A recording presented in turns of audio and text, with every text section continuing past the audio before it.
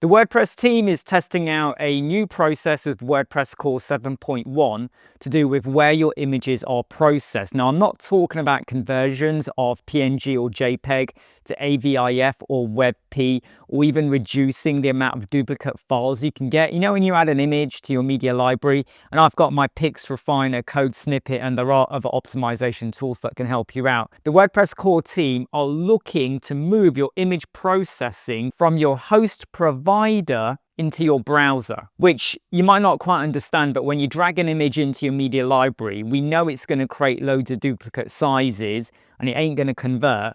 But what you're doing is you're using your hosting resources.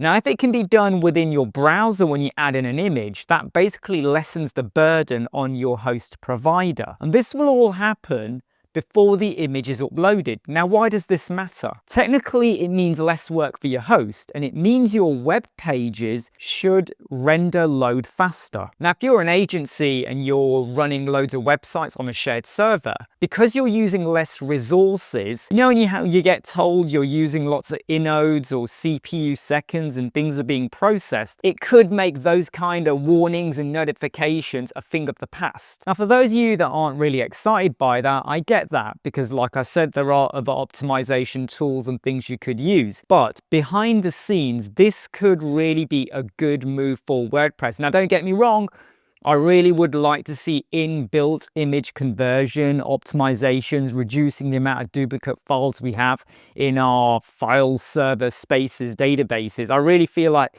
that should be done as well. Don't just focus on the processing of the images. When you add an image to your media library, it's going to add the image, creates a thumbnail, creates a small version, a medium version, a large version. Might even do an extra large and a XXX large as well, depending on how big the image originally was. And sometimes loads of other plugins and tools you got, or depending on how you build or how many cover background images you got or whatever size you're building, there's always a copy lurking in your backend database. So if the WordPress core team are watching this, nice to see you doing this for images, but I really feel like don't just focus on the processing.